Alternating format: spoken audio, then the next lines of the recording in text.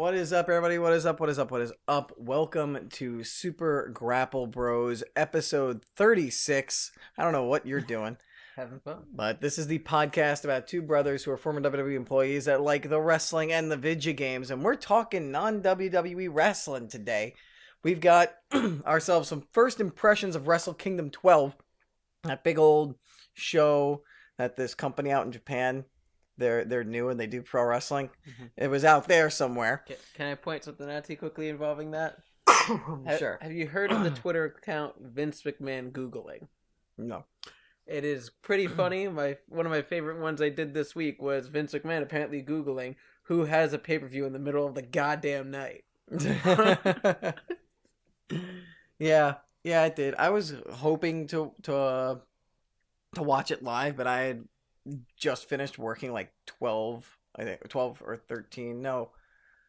4 to 6, 4 to 5, 30, 13 and a half hours. So, and then I got home at like 6 in the morning and I was like, I'm already like a couple hours behind and I need to go to bed. So, nope.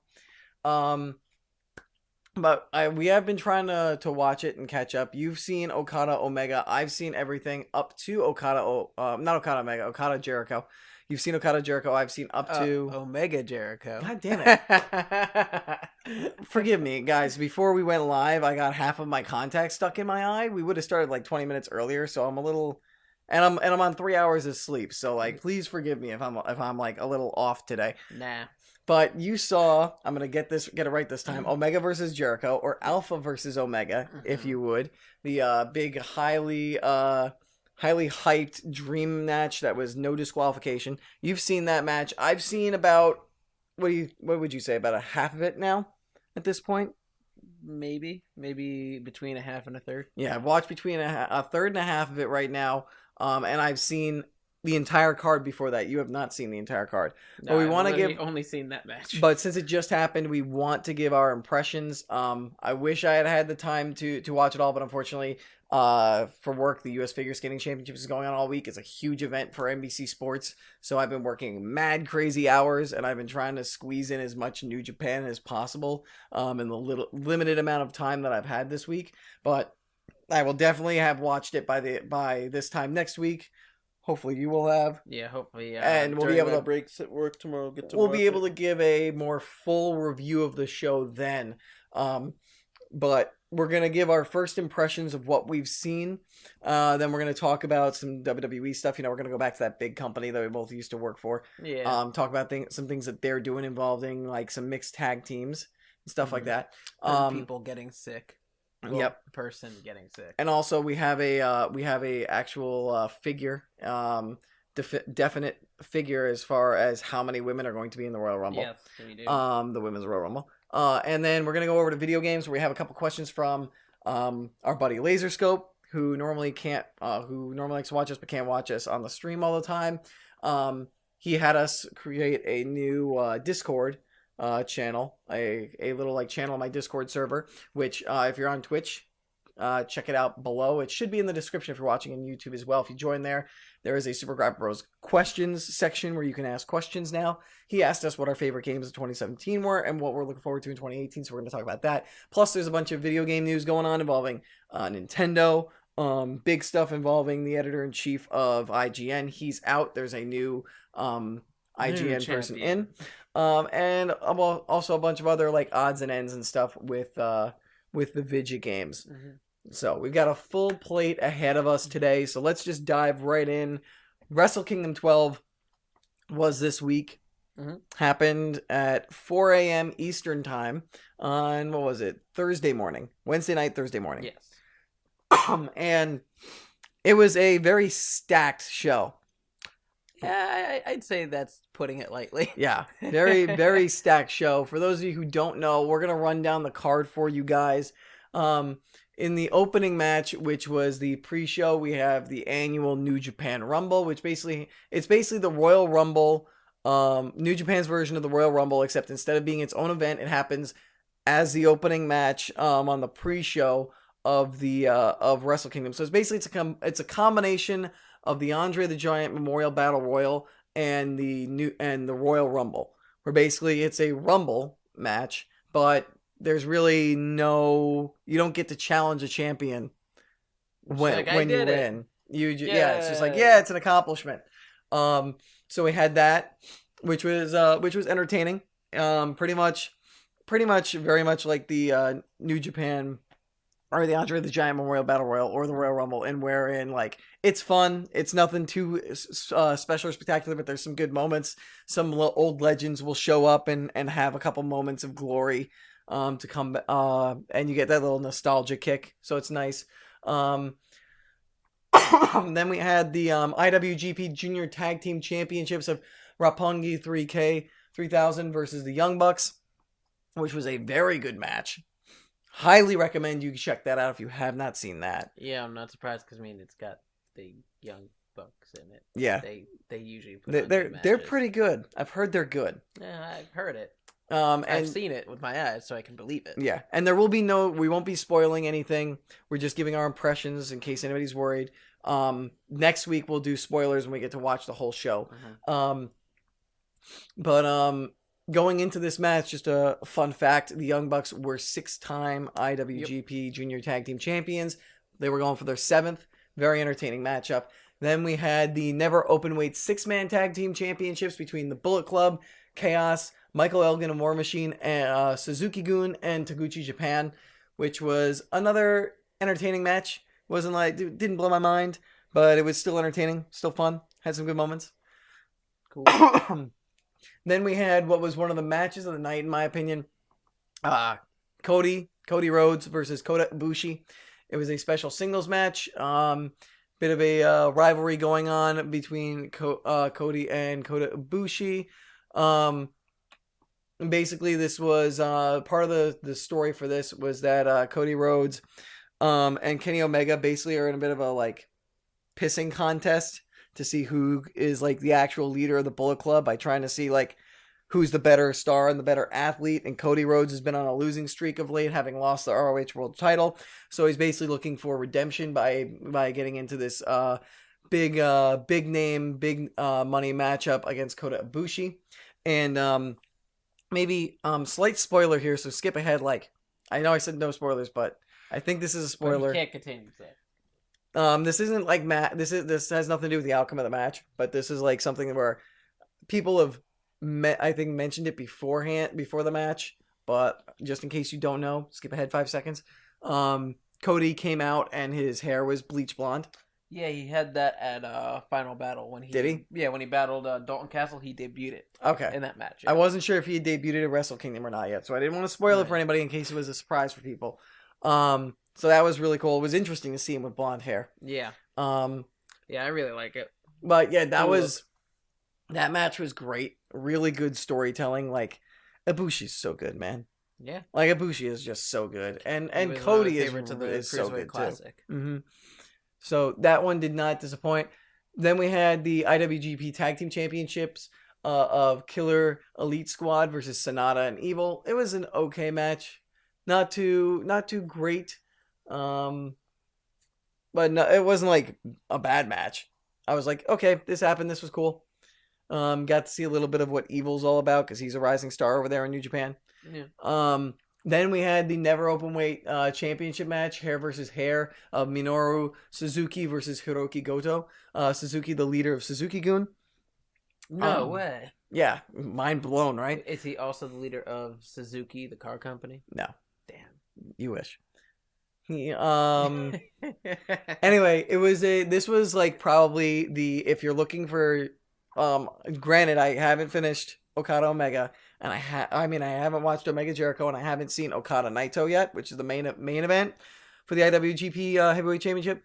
But if you really tune into Wrestle Kingdom to see not British, but Japanese strong style wrestling, this is the match that you were going to tune into.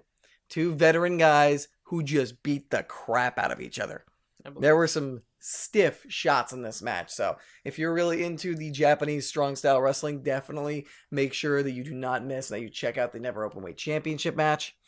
Then we moved on to the IWGP Junior Heavyweight Championship match. It was a fatal 4-way between... looked like one of the matches I was most looking forward to. Oh, it was a good one. I believe It was a good one. There is so much good talent in here.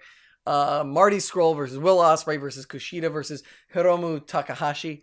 Some really cool stuff. Ospreay did some really cool stuff. Scurll and Kushida they all did some really cool stuff. Like, I don't know why I'm just picking one person. There were some really freaking good moments in this match. The ending, the finish was really good. Yeah, it delivered. And Marty Scurll, with an amazing in-ring entrance. Oh, I heard about it. I'm excited to see it. Pretty awesome entrance attire. I really dug it. Yeah. It was really the one really thing cool. I know about it is it apparently involves wings, because wait, what? Just keep going. One thing I had heard was he had tweeted something along the lines of I hope you guys really appreciate the wings, because you have no idea how difficult it was for me to get those into Japan. Did you just spoil his entrance attire? I thought we weren't doing I said spoilers. I have no idea what it is. I'm just saying that is a tweet he sent out, and I saw that makes me like, I am very intrigued as to what he's doing for his entrance. Yeah, no, it was a good one. You're gonna like it. Laser Scope comes in and he says, "Yo, fools," from backstage. He is actually working backstage at what is it? A Smite and Paladins esports tournament, pro esports tournament. So no audio, so be awesome today. You be awesome too, Laser Scope. Good to hear from you. We were just mentioning how he doesn't get to watch us, but he was able to sneak in just to say hi. Yeah. Then we had the IWGP Intercontinental Championship between Hiroshi Tanahashi. Basically, if you don't know who Hiroshi Tanahashi is, he is Japanese John Cena, pretty much. Yeah, except instead of this, he plays air guitar. Yeah, there you go. Versus Switchblade. This was the one match so far that I was not a fan of. Tanahashi. I like Tanahashi. I have no gripes against Tanahashi. He's had some amazing matches with Okada a couple years ago when they main evented Wrestle Kingdom. I think he had a match. Oh god, I'm trying to remember who he had a match with last year. It might have been Naito, but like I think he's wrestled Nakamura at a Wrestle Kingdom before as well. He's got some great matches.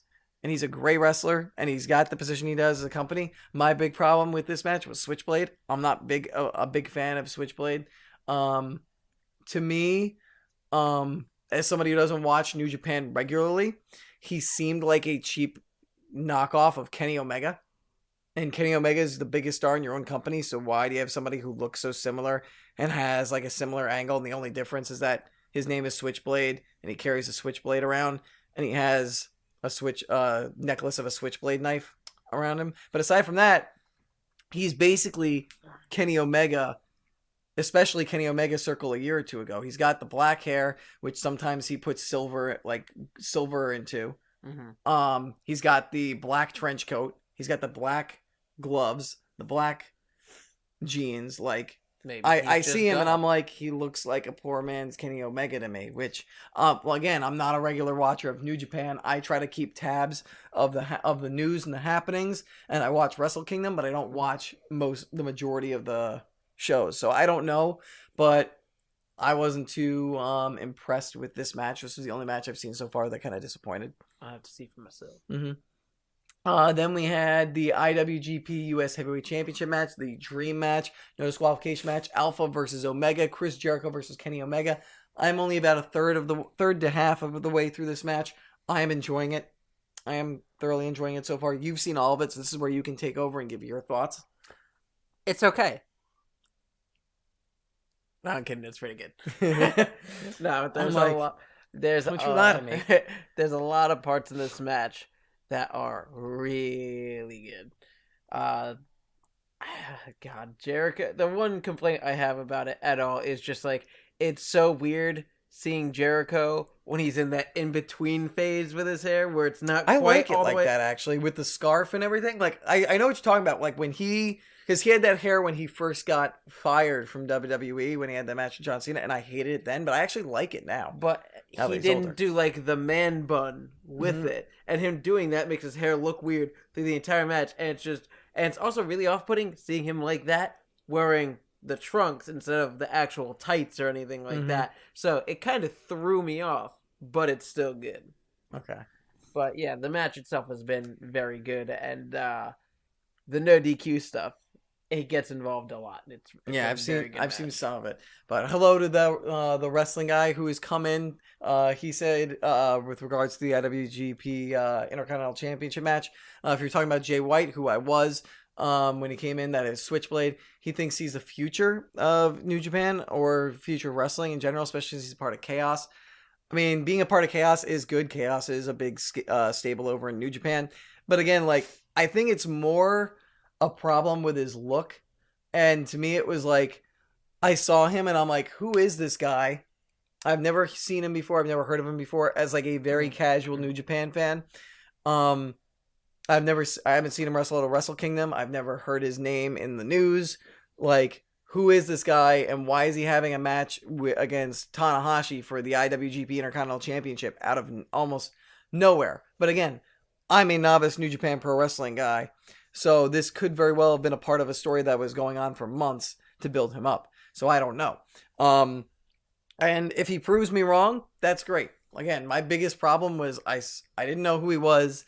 I saw his look. He looked very similar to Kenny Omega, and I was just instantly kind of like turned off by that. And then his match with Tanahashi to me was not that good or that great. So like, we'll see. Maybe I'll be wrong about Jay White, but we'll see. And this is first impression, so I shouldn't be going into a full review just yet. And then the one match that neither of us can really give any insights or first impressions on yet, because neither of us have watched it yet, but I've heard that it killed. Which, when you look at the two people who are involved, no surprise whatsoever. Yeah, I get a feeling as if it's like a main event match. Yeah, right? For like a big championship. Yeah, not the biggest, though. Not the biggest. Yeah, but pretty big. Pretty big. Pretty big. Nah, I'm kidding. Probably better. It's the biggest in New Japan, at least. The IWGP Heavyweight Championship between Kazuchika Okada and Tetsuya Naito. I am looking forward to watching this. Seeing the Rainmaker versus Naito. Naito has had a hell of a resurgence. When he was, if I'm remembering correctly, when he was younger, he was pegged as the future of New Japan, but then he kind of floundered. I believe he got injured and just like fell out of the spotlight. So he went to Mexico, became a big person in Mexico, and that's why he's the leader of. Or I don't know if he's still the leader, but he was, as of last year, the leader of Los Ingobernables, which I believe, I think if I'm saying that right, that translates to the Ungovernables, I believe. Okay. I think so. I could be butchering that like crazy, but probably. But he came back after that. He has his own stable. He blew up. He had a hell of a match last year, and now he's in the main event. So it's awesome. Naito's really good. Okada's really good. I am excited. Wrestling Guy confirms in the chat that the match was incredible, so I cannot wait. Cannot wait to watch it. So those are our first impressions of Wrestle Kingdom 12. Again, unfortunately, just due to time, we could not cram. I think it was like 4 or 5 hours worth because it's the WrestleMania. I didn't even know it was that long. Goddamn. Of New Japan Wrestling. Oh yeah, there's like 6 or 7 parts plus the pre-show, and each one is like 52 minutes long, each clip. Yeah. So we couldn't cram that all in it within a couple days, but we will have both watched it in its entirety by next week. So we'll do a more in-depth back and forth kind of review for it. And one thing I realized that we didn't do predictions on this, which it wasn't a WWE show, but maybe this time next year, should Super Grapple Bros still be going on, we can actually do like proper predictions for it. Yeah, since it's New Japan's full thing. Then we might have to spoil ourselves if we don't get to watch it at the same time. No, we could still do first impressions and then do a review and talk about it like we're doing now. So that's all we've got right now on New Japan Wrestle Kingdom 12. More to come next week, so stay tuned for that. And we're going to transition into WWE, and my voice is a little tired from doing all that talking, so I'm going to toss this over to you, and you can tell us what's going on in the world of WWE. Well, you see, over in the world of WWE, they got this whole mixed match challenge thing going on, and it's going off like crazy. Oh, yeah? Yeah. The first team they announced is something that I feel is going to be a force to be reckoned with. They call themselves the Goddess and the Monster. That's right, the first team announced is the Raw Women's Champion Alexa Bliss and Braun Strowman. In which I look at I think this, they're winning. Yeah, just when I hear that team, I'm like, yeah, that sounds like a team that it's just like they're winning. Yeah. Everybody else have fun. These two are winning. Yeah, because I could see it now. It's just like, all right, ladies, start the match. Ready? Go. Ding, ding, ding. Braun, you got this, right? Yeah, right. Alexa just tags in Braun. Braun destroys whoever he's wrestling. Yeah. End of story. The second team that was announced, I'm going to bring these up so I can say them on order. The second team that was announced, which I was very excited for because the entrance for it is going to be really good, is the glorious Bobby Roode and Charlotte Flair. Like you said, that's going to be a hell of an entrance. Yes, especially with the robes and everything. Oh, it's going to be so good. Mm-hmm. They're gonna have a glorious entrance with plenty of flair. Yes, they are. Puns! I got them. Sure. The next team that was announced, which I actually didn't hear about until I double checked it, which might actually be another match or team that might end up pulling it out and winning, is Sasha Banks and Finn Balor. Interesting. Yeah. Which I want to get into Finn Balor later because I haven't been able to watch. As I mentioned before, I couldn't cram in Wrestle Kingdom. I haven't been able to watch Raw or SmackDown. Heard something happened interesting with Finn Balor this week. Yeah, something interesting did happen. The next team that was announced was the first of two married couples so far to be announced, and that is Lana and the Bulgarian Brute and Master of Rusev Day, Rusev. I totally forgot to say Happy Rusev Day. Well, it's a little too late. No, it's not too late. It's still Rusev Day. I can wish you You'll have Happy to Rusev wait Day until the next Rusev Day. Oh man, I'm sorry. It's fine. I'm sorry. I'll just wish you a Rusev Day. Happy Rusev Day to everybody else, though. Happy Rusev Day. Yes. The next match is the second married couple to be announced, which is Naomi and Jimmy Uso. That's a good team. Yeah, that's pretty cool.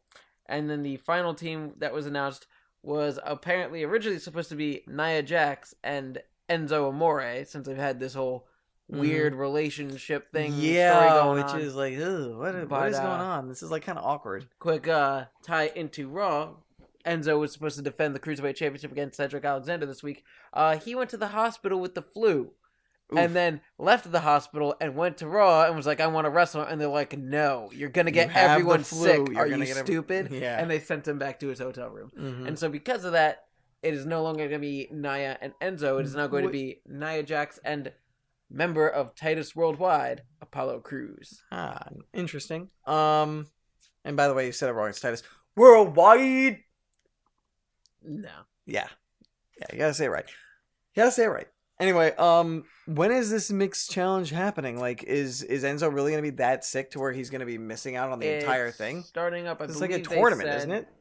I don't know exactly. I think it's supposed to be. And those aren't even all the teams that are announced. And I believe it starts, January 16th.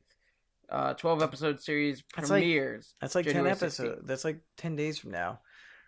I don't know. Maybe they can do something to where if Enzo recovers from the flu in time, he can take out Apollo Crews or they can like write him back in. Or they'll be eliminated by that point. Or maybe that. I don't know. Something like that.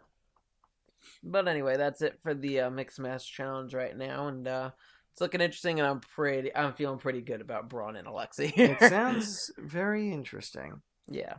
So this is this like a WWE? Because this is like I heard about this the last time we were doing the podcast and everything, but like trying to wrap my head around it. Is this something that's going to be its own like pay-per-view event thing, or is it like just matches happening on Raw and SmackDown? It is going. Or is it going to like culminate at the Royal Rumble? No, it is a special series that they're doing, similar to how they had the UK Championship and Cruiserweight and Mae Young and all that, where they were their its own branded thing on the network. Except it's not going to be on the network. It's going to be on specifically Facebook. Well, it's a deal that WWE made with Facebook, so they're going to have 12 episodes, I believe, one a week or a couple of weeks, something like that, for a certain amount of time, where they're going to be airing the matches on Facebook. I don't know if it's just going to be Facebook in general or Facebook Live or what, but they're going to be airing the matches. I'm sure it'll be Facebook Live. Probably. So, because I know when I was there with the company, there we had deals with Facebook Live and everything that like we had to like fulfill obligations and stuff like this. So this could be like That's maybe this could be like the next evolution of that deal with WWE and Facebook. So I guess things went well with the previous deal, so now maybe they've got a new deal going on. Yeah, quite possibly. So that's the mixed tag stuff. What else is going on in WWE land? Well, I don't know if you've heard about this, but there's a certain group of people. They form this kind of Degeneration X. No, they form this kind of thing. Evolution. That closer, not really. Well, I mean, kind of closer, but still not really. BWO. Like they call themselves a club in a way. And not the kind of club we were just talking about. Wait, I've got it. Got it. Vince McMahon Kiss My Ass Club. Yes. It's back. Exactly. Who joined it? Joined it? Was it this week? It was Braun Strowman, don't and tell then he got pissed and kind of threw Vince into the crowd. Oh man. Yeah. And then Billy and Chuck came out, and they were like, "I thought it was our turn." Bad joke. Bad joke. Yeah. But yeah, no. They actually. This reminds me. WWE UK got in trouble over this. What? Well, Finn Balor reunited with Carl Anderson and Luke Gallows on Monday Night Raw and saying the boys are back in town and that they're together again. And it's going to be more than just a one-match thing. They've been taking a bunch of pictures together and everything. And WWE UK posted on Twitter saying that there has been a reunion of the Bullet Club on Monday Night Raw. And immediately after that, the Young Bucks tweeted out cease and desist. And they quickly changed that to the Balor Club has reunited on Raw. Why not just say the club? I mean, I guess the Balor Club, but like... Yeah. I think just say that. I mean, maybe that's a way to differentiate like them and AJ, but like just call him the club and say, "Hey, Finn Balor was a part of the club too. He was the original founder." Yeah, I mean they've mentioned that before. I think they just referred to them as a club like on TV and everything. It was just in that one thing they referred to them as the Balor Club, and I think it was just a quick way to try and cover up the fact that they used a Bullet Club initially. Mm-hmm. Whoopsie. But yeah, Finn Balor is back together with Gallows and Anderson. It's about damn time. It's something they should have done like a year or two ago. Seriously. And it gives Finn Balor something finally. Like, you know, it would have been really nice if he had I'm sorry, I don't want to get a cease and desist from the Young Bucks. If he had the club with him and they pulled this storyline while he was in a title match with Brock Lesnar. That'd be nice. I mean, technically... that takes away from the whole demon versus the beast thing, but it would have been an interesting heel thing. Yeah. If he had like the club show up and beat up Lesnar, and he was like, "Haha, I've got them on my side. We're gonna beat you down." You can't forget the fact that they beat him up and then call him a nerd. Yeah, nerds. Oh man, I really want... Okay, WWE, you have to make this storyline happen. Because I want to see Brock Lesnar come down to the ring with Paul Heyman. And Paul Heyman start talking trash about Finn Balor and Gallows and Anderson. And then Balor and Gallows and Anderson come out. And as Paul Heyman goes to talk, every time he goes to say something, Gallows and Anderson take turns just going, "Nerd!" every time he goes to say something. That'd be good. That'd be good. Oh, that would be great. Hopefully this can actually go somewhere. Now, is this going to be like does this appear to be a heel turn for Finn Balor, or is it like a face turn for Gallows and Anderson? It seems to be more of a face turn for Gallows and Anderson. Nice. That's going to be cool. Hello to Cam, who has come into the chat. So yeah, very interesting. At least now Finn Balor is doing something. It doesn't feel like he's just been dropped. Maybe... someday we'll still get Balor versus Lesnar, because I feel like even without the championship, that's a money match right there. Yeah. Hopefully this will lead to good things for Balor, and he'll get himself a Universal Championship opportunity soon, even though we wish it was going to happen at the Royal Rumble. Yes. And not, Kane for some reason. And Braun Strowman. Braun I'm fine with. Kane, it's like, why? I agree. Why did this happen? But, not that I hate Kane, he's a legend, but like Kane over Finn Balor after Finn Balor beat AJ Styles, just Yeah, sorry. I'm just looking something up because there's something else that happened on SmackDown Live this week. Oh, I wanna bring please up. do tell me. I just need to double check to see what exactly this match is because I've heard some conflicting things. Okay, Royal Rumble men, women. Need to that. confirm the reports. Yeah, and of course it's not showing up on this one. Well, why don't you tell me what's being talked about, and then you can clarify. Well, there was apparently a match on SmackDown this week that featured Sami Zayn versus AJ Styles. Ooh. That happened to have a one Kevin Owens Mm-hmm. and a one Shane McMahon Mm-hmm. and a one Daniel Bryan, all ringside. Yes, and after the match, I believe there was something going on where the referee got knocked out of the ring and like knocked into Kevin Owens. So Kevin Owens started yelling at the referee, and then Shane McMahon started yelling at Kevin Owens, and this somehow resulted in I'm going to bring this up because this is what it is. Leading to Zayn, I believe, rolling up AJ Styles and getting the pin. And AJ went on a rant being like, you guys can't do this stuff by yourselves at all. You guys really need to, try and do things by yourself. And then started yelling at Daniel Bryan and Shane McMahon, telling them that they need to stop acting like bickering children. And, man, I'm trying to find out what the frick this match is because it's going to drive me insane. Well, it was like a match announced for Royal Rumble or something? Yes, and I'll tell you what the confusing part is. From what I was told, is that the match was announced to basically be AJ Styles defending the WWE Championship in a handicap match against Kevin Owens and Sami Zayn. Because AJ had said that he wants to take them both on, and that's what Daniel Bryan had announced. But I feel like it was actually a triple threat match that was announced. So I'm trying to find this and find out what match it is exactly. WWE.com should have it on the Royal Rumble page. Surprisingly. After the contest, Styles was so worked up that he in frustration challenged both Owens and Zayn to a 2-on-1 handicap match. Surprisingly, Bryan then got on the microphone and declared that exact match would happen at the Royal Rumble for the WWE title. Okay, so there it is. We are getting, which it makes no sense to me that they're doing it in a handicap match, but I mean, okay, so we're getting AJ Styles versus Kevin Owens and Sami Zayn in a handicap match for the WWE Championship. Yeah, no, that's going to be good.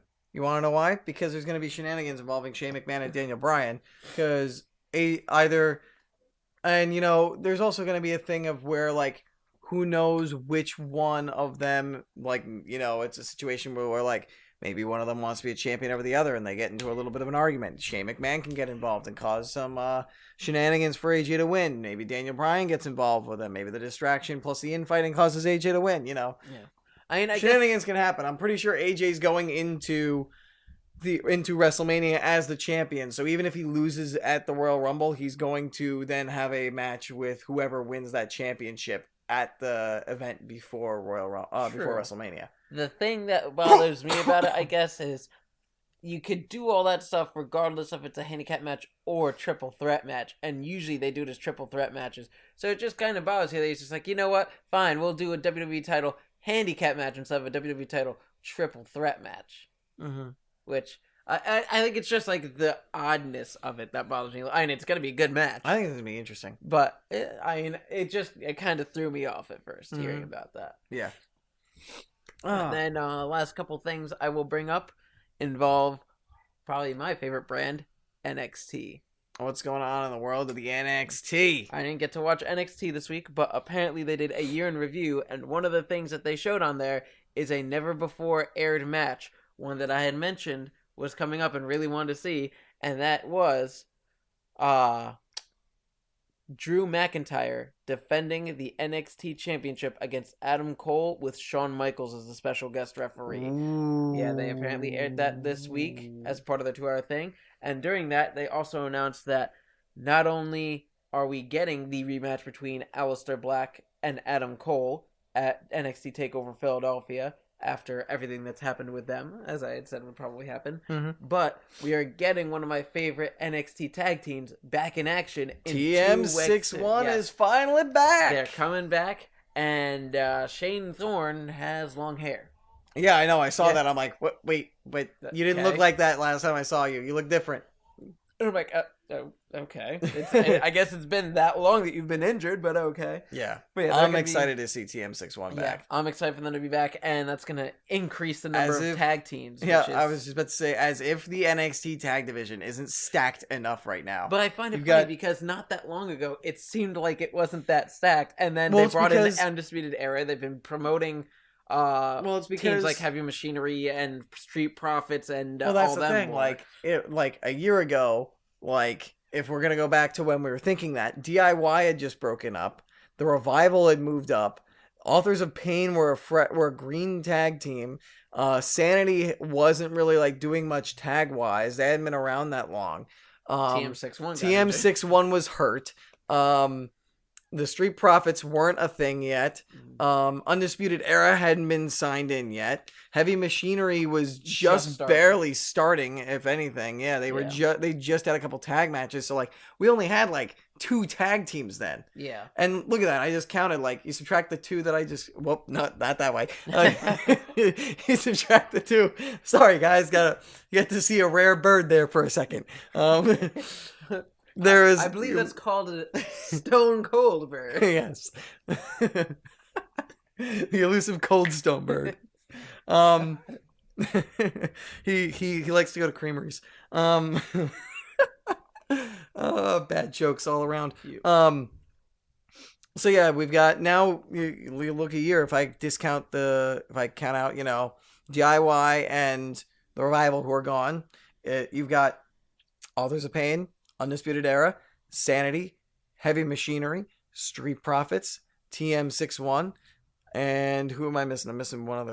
Roderick Moss and Tino Sabatelli. Yeah, which they're but yeah. Hey, that's 6 really good. That's not maybe not really good, but 6 entertaining to really really good tag teams. Yeah. That I don't mind watching at all at any given point in time.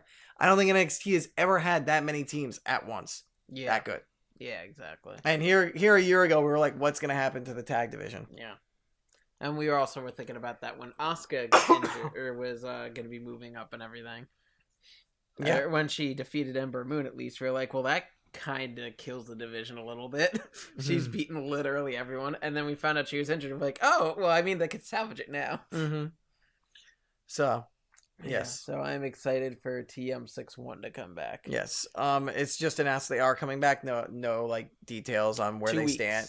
2 weeks, but no details on where they stand as far as the tag division, who they might be facing, if they're going to be at Takeover. Not that I've heard of. All I've heard is that they're going to be back in NXT in 2 weeks. Okay, cool. And quick side note thing with NXT as well. If you're interested, you could look on www.com and on all of our social media. They're currently doing voting for the end of the year awards for NXT that will be announced at TakeOver Philadelphia. So that you've got things like Best Male Superstar of the Year, Best Female Superstar of the Year, Best Rivalry of the Year, Best Match of the Year, Best Show of the Year, Best Tag Team of the Year. I think it was Most Improved Superstar of the Year and Future Superstar of the Year. Nice.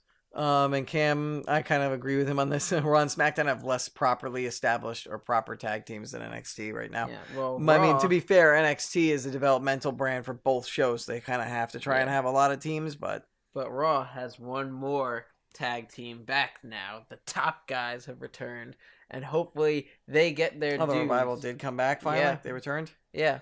So hopefully they don't get injured get again. Someone like the Revival as tag team champions instead of Seth Rollins and Jason Jordan. But he's Kurt Angle's son. You're not a fan? He's not a top guy. He's Kurt Angle's son though. But he's not a top guy, and top guys gotta do top guy things. But he's championships. But he's teaming up with the man. But he does some flips, and there's no flips, just fists. No, there's plenty of Forever, the Revival. I mean FTR, not the Bullet Club's version of FTR. The actual FTR that I believe in. Forever the Revival. I'm more along the lines of maybe the Bullet Club's version. No. I just did that to see what your reaction was, and it was good. It was good. And I mean, technically, maybe Seth Rollins should subscribe to that motto of the Revival, because every time he tries to do a flip, he just eats face. Or someone gets hurt. Eats it. God. Well, no. When it's not flipping. When he's not flipping people when he injures them. He just power bombs them into things. My neck, my arm, my career. Stop. Just stop. Yay! We've got Sting back. Aww. Now we will never get to see Sting versus Taker. Thanks, Seth. Yeah. I still love the fact that apparently when Sting was getting carted into the ambulance, that Seth came running up to him and being like, Sting, I dressed up for you. It's Halloween. I'm sorry. All right. Yeah. So that's it for NXT. Mm-hmm.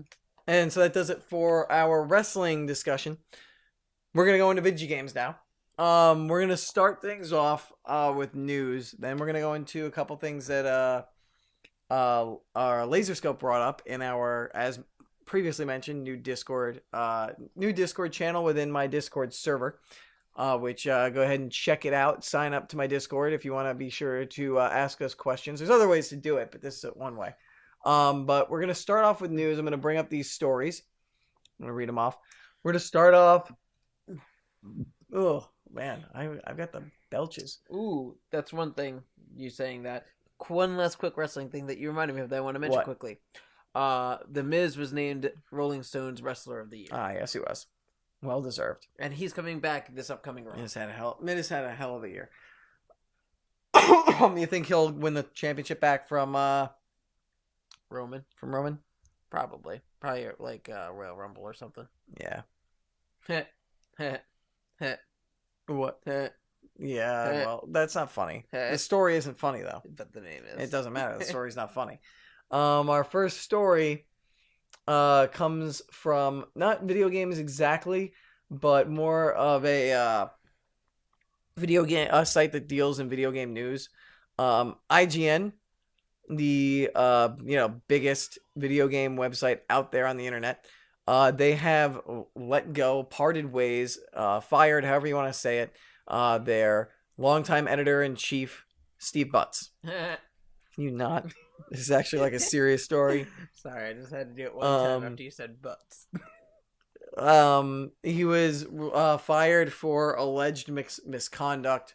It is not confirmed, but it is believed that the misconduct that he is let go of is for sexual misconduct, and that it is a result of a here's the statement from Mitch Galbraith, who is IGN's executive vice president. He said, IGN initiated an investigation into alleged misconduct involving Steve Butts. As a result of the investigation, the company has appropriately determined to part ways with Mr. Butts. So basically, you stop that. Sorry. I'm sorry. You said Mr. Butts. Trying to keep a straight face is a serious story and making it very difficult. I'm sorry. He has a humorous name. So, it's not confirmed that it's sexual harassment. But here's another quote from the story that we got on Polygon. Basically, they directed to Kotaku. So actually, this is Kotaku's information. In meetings held with the site's editorial team, a staff member alleged that Butts had harassed her. That launched the investigation, which led to his termination.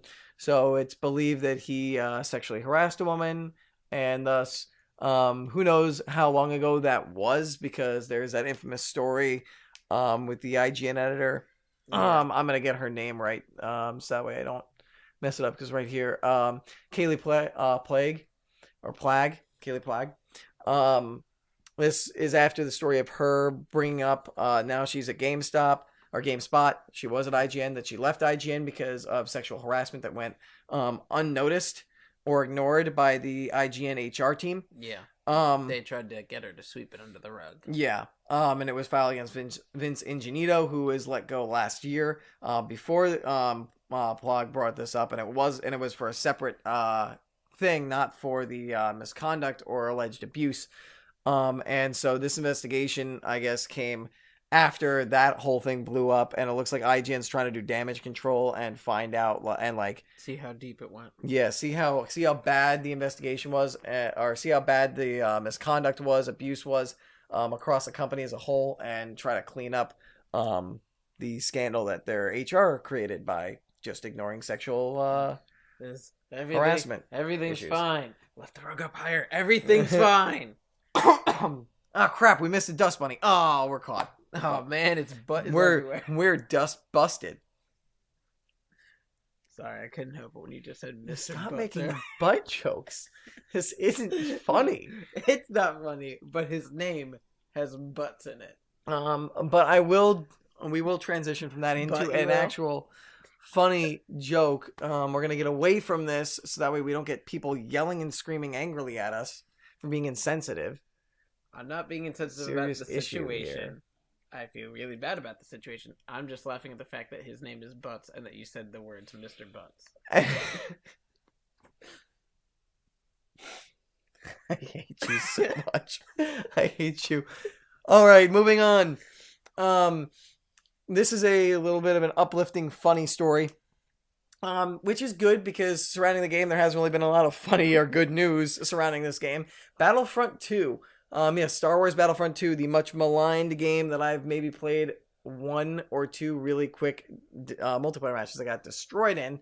A new mod has been released by the game. Somebody made a mod that, if you remember from The Force Awakens, Adam Driver appeared on SNL as Matt the Radar Technician, as a fake little undercover boss thing. He pretended to be Matt the Radar Technician, went around Starkiller Base asking people about Kylo Ren. They started talking trash about him, and so he went, started force choking people and whatnot, and then he was like, guys, I have something to reveal to you. I am, and they're like, you're Kylo Ren. We know that you're Kylo Ren. You did a horrible job of hiding it.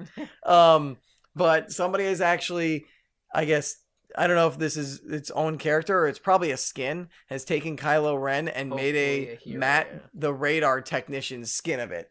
And so now you can select Kylo Ren, and when you play as Kylo Ren, you are Matt the Radar Technician carving people up, and it is hilarious. If you get a chance to go watch the videos, I definitely recommend that you give it a look. So that's a little bit of uplifting news there. And then as we move into some other stuff, PUBG. Yay! As you guys know, 1.0 is launched on PC. It is in early access on Xbox. But is it coming to PlayStation 4? Hopefully. Maybe. Just not anytime soon, says the CEO of PUBG Corp, who is Chang Hong Kim. He said that it might be coming to other platforms in the future, but that it might be a while until that happens. Here's a quote from him. He said, "As it's going to be an exclusive title on Xbox One for some time, we'd like to focus on completing the Xbox One PUBG for now." That was his reaction when he was asked about the PlayStation 4 version of the game potentially being made. But he said, "If we have the opportunity, the final goal will be to launch a title on every platform." So, yeah, you see, the big news here, I don't think is PUBG for PlayStation 4. Maybe we're going to get PlayStation 4 for the Switch. He said all platforms. Think about what you just said and fix it. Do you realize what you just said? What? You just said maybe we'll get PlayStation 4 on the Switch. PUBG on the Switch. There you PUBG go. on the Switch.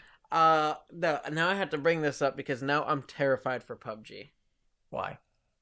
Well, what's the last game this happened to? Skyrim? Exactly. We're going to get PUBG on literally everything. Good. PUBG is good. I want PUBG on the Wii will not be good, Mike. They will not stop until it's on every console. It's okay. I have a PC. I'm fine. As long as more people are converted to the Church of PUBG and the Church of Battle Royale and the Church of horrible drop-ins and getting shot with a shotgun and eating bandages and running from pets. Hilarious side story, by the way. Hilarious side story while we're talking about PUBG, by the way. A couple of them. I was playing on the stream earlier this week, as some people know, on my Twitch channel. I dropped in on the desert map in this one place, Picado, which is like the popular drop-in place. There's a couple hotels. There's a casino there. There's this like arena, like with a boxing ring in it, where people run around. You can drop into there. I dropped into there 3 games in a row, and every game, I literally landed, saw a weapon, picked up the weapon, and as I was loading the weapon, got shotgunned in the back or shot in the head and killed. Fun. 3 games in a row. Fun times for PUBG. Can I tell you something fun that I learned about that map, which I absolutely love? Sure. Apparently, there are some vehicles, I don't know if you've noticed, but the vehicles have license plates. And some of them have fun sayings on them. And my favorite one that I've seen, and the only one I can really remember because it's so fun, is F4 Hunk. What? And there's a license plate that says F, then the number 4, and then hunk. As in, to lead people to believe, you hit F. Oh my god, I just drew that connection. That is hilarious. Yeah. That is hilarious. For those of you who don't know, that's how you get in and out of vehicles. See, that didn't register with me at first because, as everybody knows who watches me on my live streams, I don't have F set as the interact button anymore for that very reason. I have it set to G because I had a horrible tendency of picking my finger up off my WASD keys, that whenever I would like try to like turn right, sometimes my vehicle, my finger would slip and I'd hit F and I'd jump out of the car and die. So I kind of got tired of that and switched my interact button on PUBG PC from F to G. But before we move on to other stories, I just want to bring up one other funny story from PlayerUnknown's Battlegrounds that happened to me this week.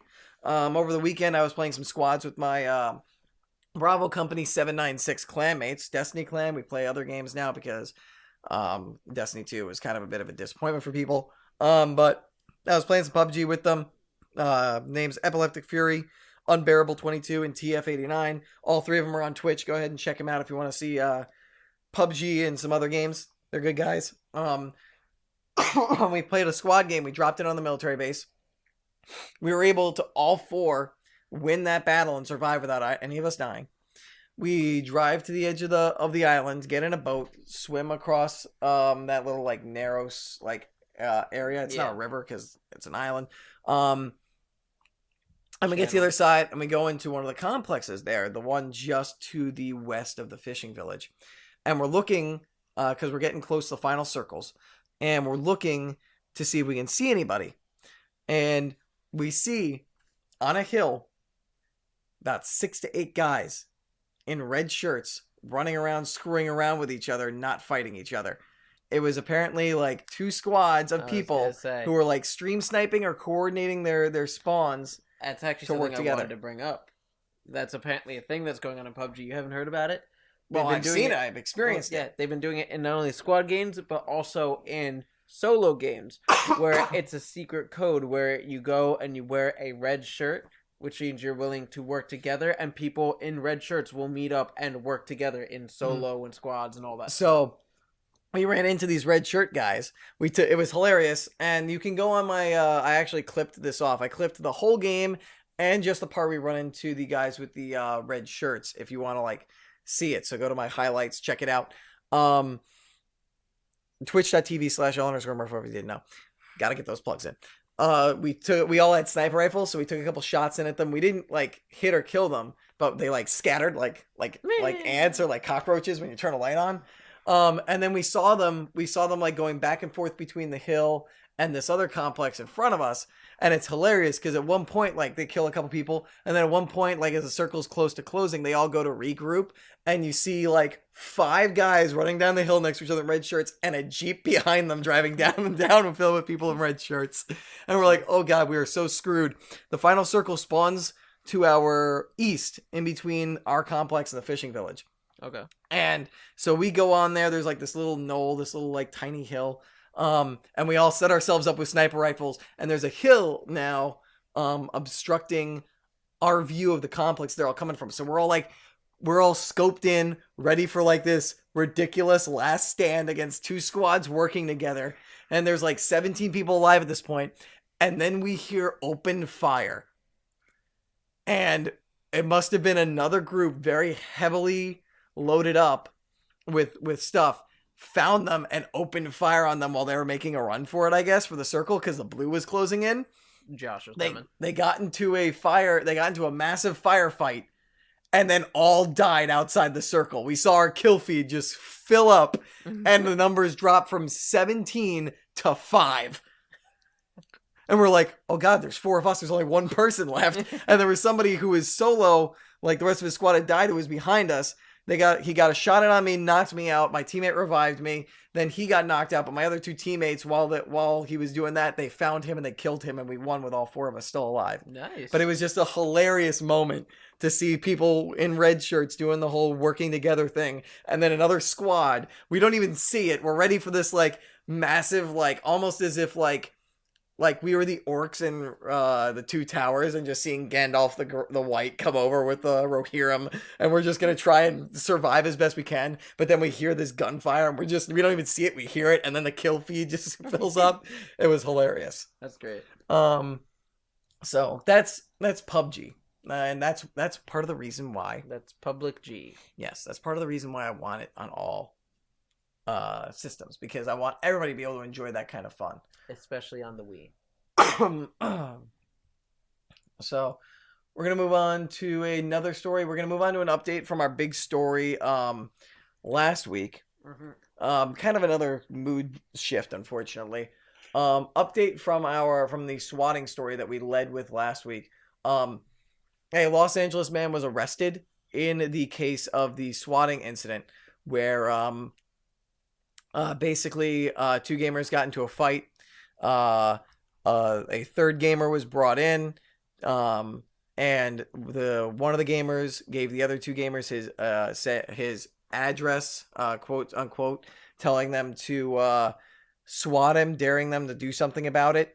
It was not his address; it was a random address in Wichita. Those 2 did actually swat him, or tried to swat him.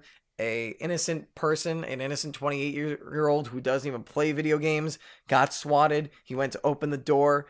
Policeman, SWAT team member had an itchy trigger finger, got nervous, panicked, shot him, killed him.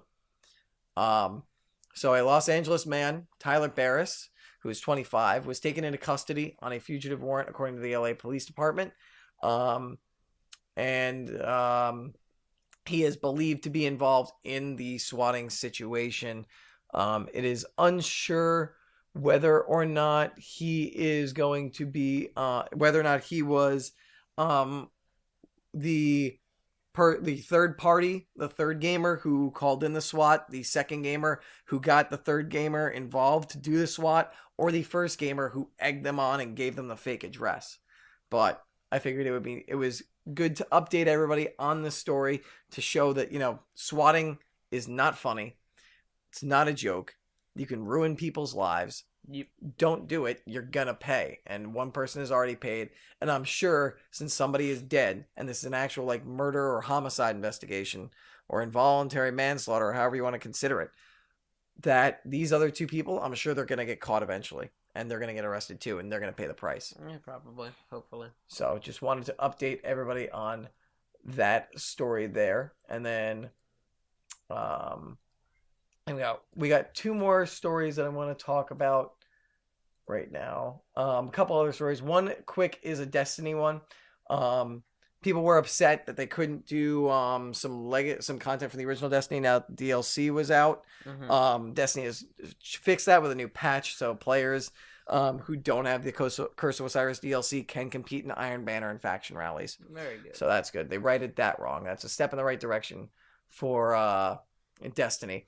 Another thing tying into the PlayerUnknown's Battlegrounds stuff, the game, the MOBA or hero shooter game, Paladins, which is very similar, like it's a MOBA. It's kind of along the lines of Smite. They revealed that they have their own Battlegrounds mode. It's more squad based.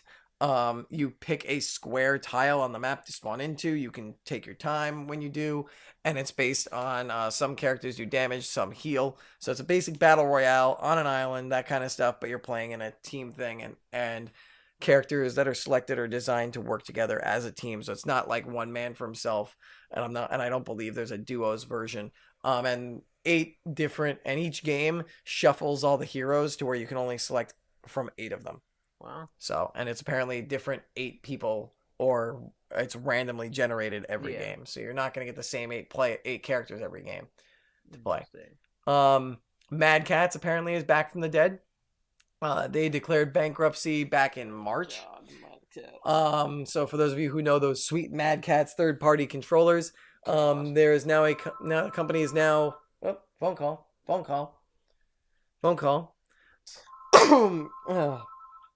God, Mad Catz. Why do people always have to? Why?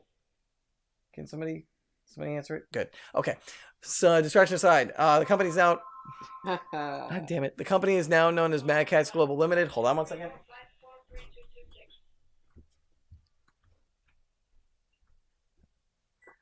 There. I muted it. Turned it off. It's all right. It's fine. I'm back. Anyway, the company known as Mad Catz Global Limited, which is now headquartered in Kowloon, Hong Kong, announced a new line of products. So it's basically a new mouse, new gaming headsets, new gaming surfaces, and new keyboards. Not going to go into too much detail about it, but yeah, if you guys liked Mad Catz and their products before, they are back. They have a new line of stuff. So hard pass. I had to deal with their crap enough when I worked at GameStop. Yeah. And then a pair of Nintendo news to get into. Nintendo has released a new Joy-Con pairing set, which has green and pink colors. One is pink, one is green.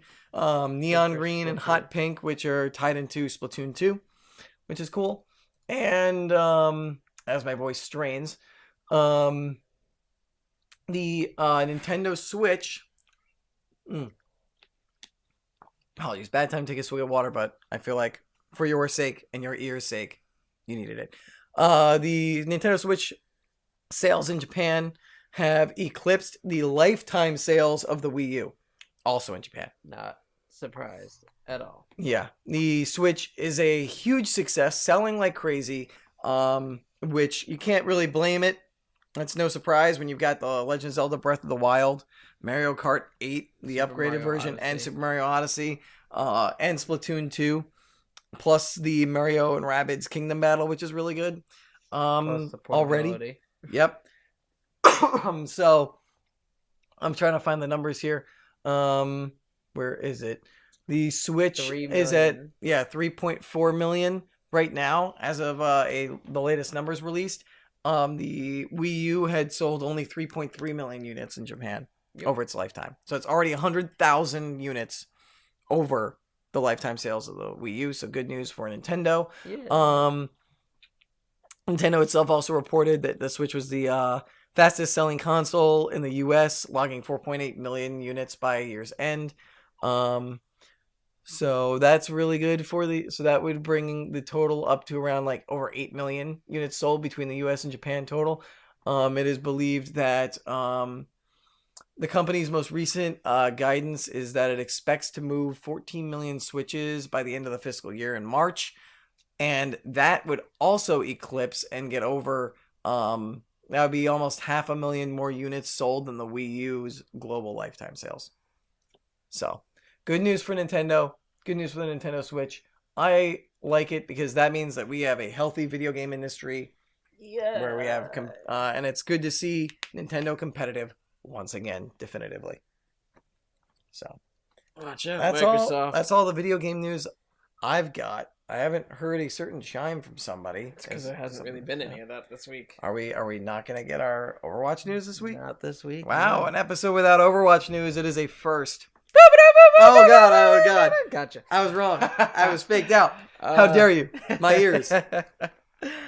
Jeff Kaplan did a end of the year video talking about how they've done all this great stuff in 2017 and that 2018 they're looking to do more and better stuff, stating that it's not going to be too long before we get the Blizzard world map. And one of the more important things that he discussed is the fact that they are already doing internal testing on the next character for the game. So this last year we got 3 characters in Orisa, Doomfist, and Moira. Mm-hmm. And apparently we're already not that far off from character, I believe it's 27 in the game. Nice. Very nice.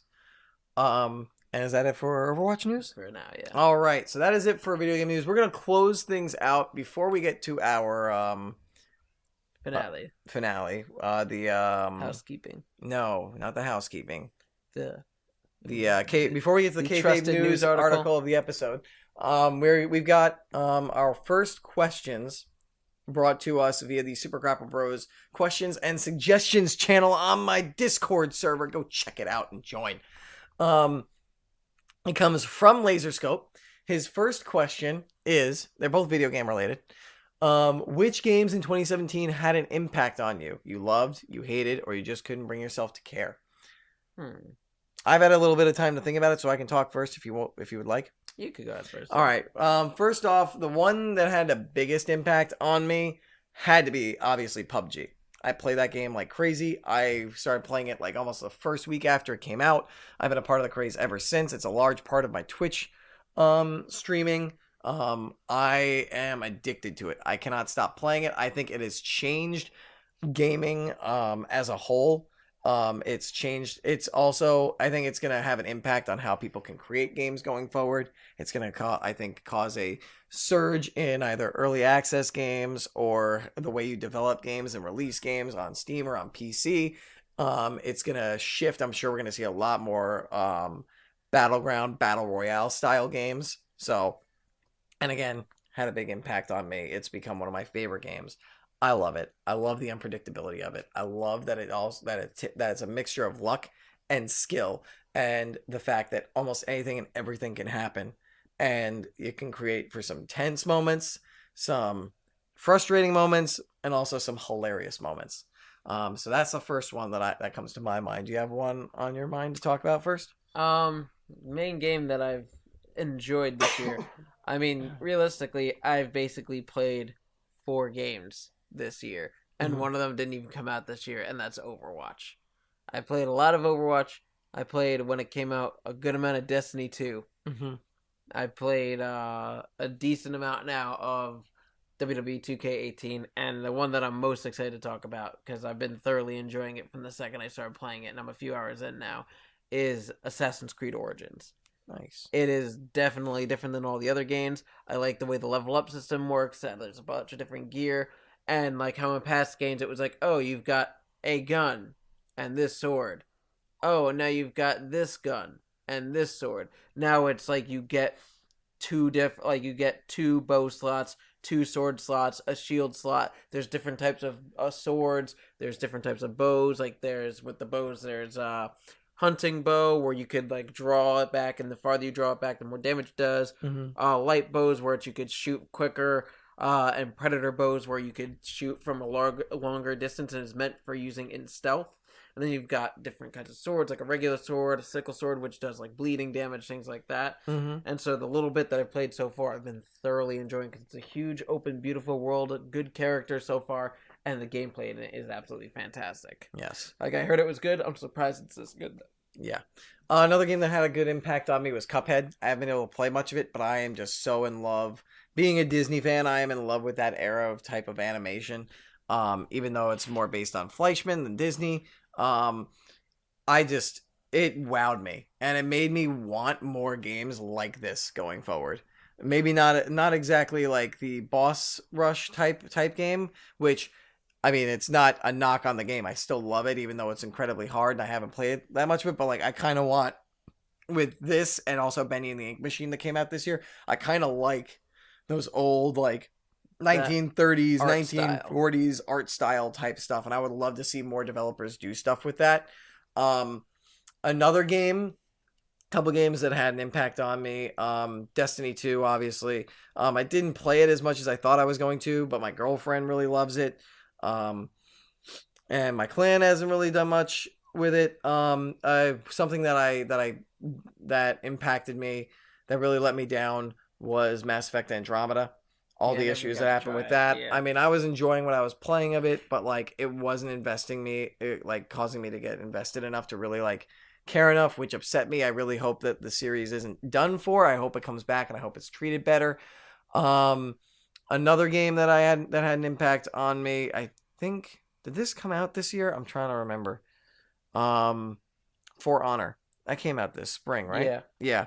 That was a game that I loved, but unfortunately, the server issues killed it, unfortunately. So I've And heard, yeah. Ubisoft learned a hard lesson that you need to make sure, and this is a lesson that WWE 2K could learn from.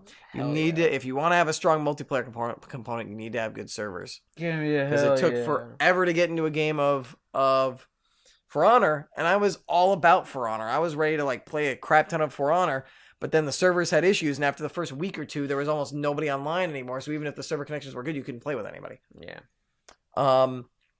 And then another one where like I couldn't bring myself to care that much. WWE 2K18. Yeah. I'm still gonna play it because it's a WWE game, but like I couldn't bring myself to get really excited about it this year. And then once I started hearing everything about my career, I was like, I kind of want to play it still because I like wrestling games, but like I'm not jonesing for it. Well, the one thing I will give it credit for is it does have a lot of good characters in it. Like, I forgot and was surprised at the amount of people from, like, NXT and stuff in it. And things like, not only is Johnny Gargano in the game, but they have his new entrance theme since DIY broke up over the summer. So when you go to play as Johnny Gargano, you get his new theme music and everything. And with the DLC, you get, like, Aleister Black and Drew McIntyre and things like that. So I think that's really cool about the game.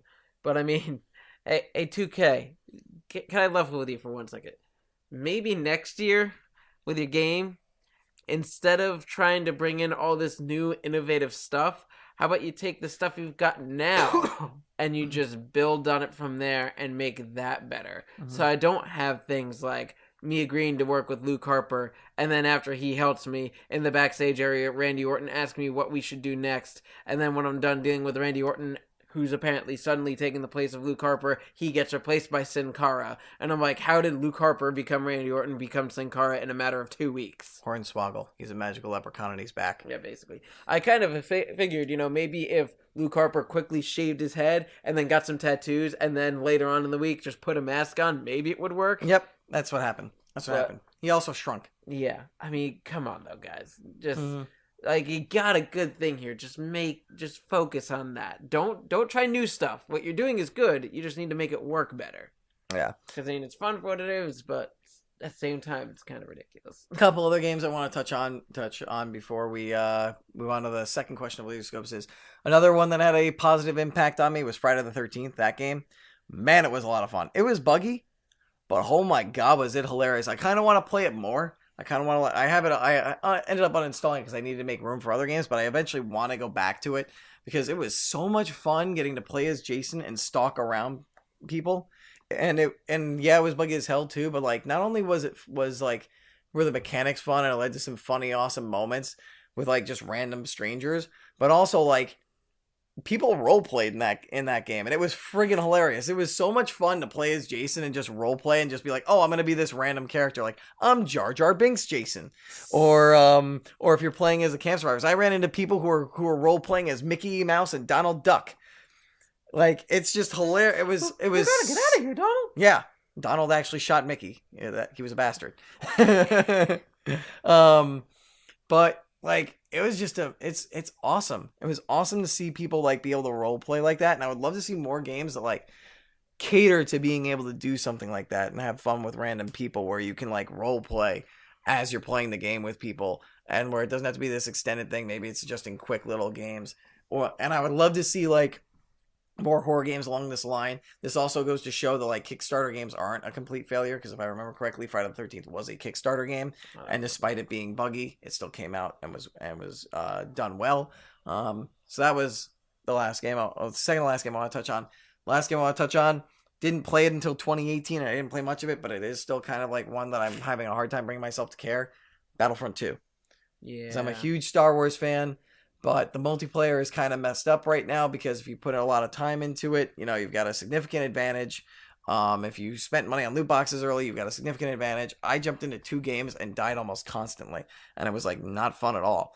I want to get back into it. I want to get into it because I love Star Wars, but I'm just having trouble with it. Yeah, I'm not really too excited about that game. Mm-hmm. It was a game that I was like, oh, this might be good. And then everything happened, and I was like, I'll pass, thanks. Yeah. And then the second question from Laserscope is, which Probable 2018 launches have your attention? Red Dead Redemption 2 comes to mind immediately for me. Coming out this month, Dragon Ball Fighters That's gonna with be a good. Z. That's going to be really good. I'm really looking forward to that one. Last of Us 2 has my attention, but doesn't have, or it has my curiosity. It doesn't have my attention. I love the first Last of Us, but it's like we haven't really seen any gameplay, and I really want to know like what's going on with Ellie and Joel's relationship after what happened at the end of the first game. Yeah. Monster Hunter World has been on some people's radar, not really mine exactly. Trying to think what other games are coming out this year. I can't really place anything in my head. I can't remember anything. I believe God of War might be coming out this year. Oh yeah, I'm pretty interested. I in don't that. think the new Spider-Man's coming out this year. I think it might be coming out this fall. So the new Spider-Man, definitely. Wondering if we'll get to play as Miles Morales in addition to Peter Parker. From what I heard, it's possible. Yeah, I know that Mary Jane has playable parts of missions and stuff like that. So that'll be interesting. Yeah. So yeah, just it's a big one. Another game that's coming out, I believe, this spring, which I'm very excited for. Far Cry 4. Ah, yes, a new Far Cry. Or Far Cry 5, I mean. I'm not sure if this is also Far Cry coming 5. out this year or not, because we only just got a reveal, so probably not, because it got a reveal trailer at the Game Awards. But Soul Calibur 6. Yeah, that'll be good. And if it's coming, and if it comes out this year, A Way Out is on my radar. That'll be good. Which is being made by the guy who made Brothers: A Tale of Two Sons, which is really, really good. And who infamously drops F-bombs at Game Awards shows. Yeah. But it's very interesting to play a co-op game where the narrative, like, you're seeing both characters have narratives going on a split screen at the same time while you're each doing separate things. That's really cool and innovative. And then the last game I'm looking forward to is the Xbox One exclusive to Sea of Thieves. Sea of Thieves looks like it's going to be fun. PC. If it's PC, then that's great because I'll get it on PC. Yeah, I think it's Xbox One and PC. Yeah, Sea of Thieves looks like fun. I played it at E3 like a year and a half ago, and I had fun with it. I think it's going to be a blast. Enjoy eating bananas stem first. Yeah, we'll see how much longevity the game has, but it looks like a fun game to just jump into and just mess around for a while. Ooh, also, what's that game? Detroit. Detroit Become Human. That one I would look at. I'm interested. Well, that's by the guys who made Heavy Rain, so Yeah. no surprise there. Yeah. So that'll be a good one to look at because of how many different ways things can turn out and branch out. Exactly. Yeah. So, all right, I believe that is it for the episode. So we'll do we usually do housekeeping. Yeah, we'll do housekeeping, and then you can take it away with our kayfabe news article. Do not forget, guys, if you are watching us live. Or if you're not catching us live, you can watch us live on Twitch every single episode. We normally stream on a Friday or a Saturday at twitch.tv/L_Murpho. You can also find videos on demand there. You can also find them on YouTube at youtube.com/LMurphoReal. If you are listening, if you want to hear us audibly, listen to us in the car, so maybe you don't have time to watch us on Twitch or YouTube, check us out on iTunes, SoundCloud, Google Play, and lots of other places where podcasts can be found. Just search Super Grapple Bros. You can also email us with any questions, topics, concerns, anything, trivia at supergrapplebros@gmail.com or in my Discord server, the El Murpho Discord server, in the Super Grapple Bros questions, I believe it was questions and suggestions channel. So be sure to check that out. And do not forget as well to like, rate, and subscribe the podcast, rate, review, and subscribe the podcast, especially on iTunes, because that's very important as far as actually making those things visible and being officially rated and people being able to find them if they are searching for cool wrestling and or video game podcasts. Yeah. Or searching for us in general. And then also do not forget to follow on Twitch, subscribe on YouTube, like, comment on YouTube as well. Get involved in the chat, be a part of the discussion on Twitch. And yeah, that's everything. You can also find us on Twitter, where we try to keep people updated on when we're gonna go live every week, and I always tweet when I go live. You can find me at L_Murpho. DMurph_42. Yes. And that's it for house cleaning. So take us away with the kayfabe news article of the episode. Okay. So this week, everyone, I want you to remember: Scotty 2 Hottie and 2 Cold Scorpio join forces as tag team Room Temperature. Very important. to keep Yes. your house I at room wanna- temperature in these cold, frigid months. I do want to give one little bonus one in relation honorary to mention. All right. in honor of what the event that happened this week, which is sexist New Japan Pro Wrestling has no Wrestle Queendom. Make it happen, New Japan. Make it happen. Exactly. All right, guys. That's going to do it for us for this episode. Until we see you again. Pieces. Deuce. The deuce. The deucey deuce. Bye. Laters. Make sure I pick the right screen. Shut up and sit down.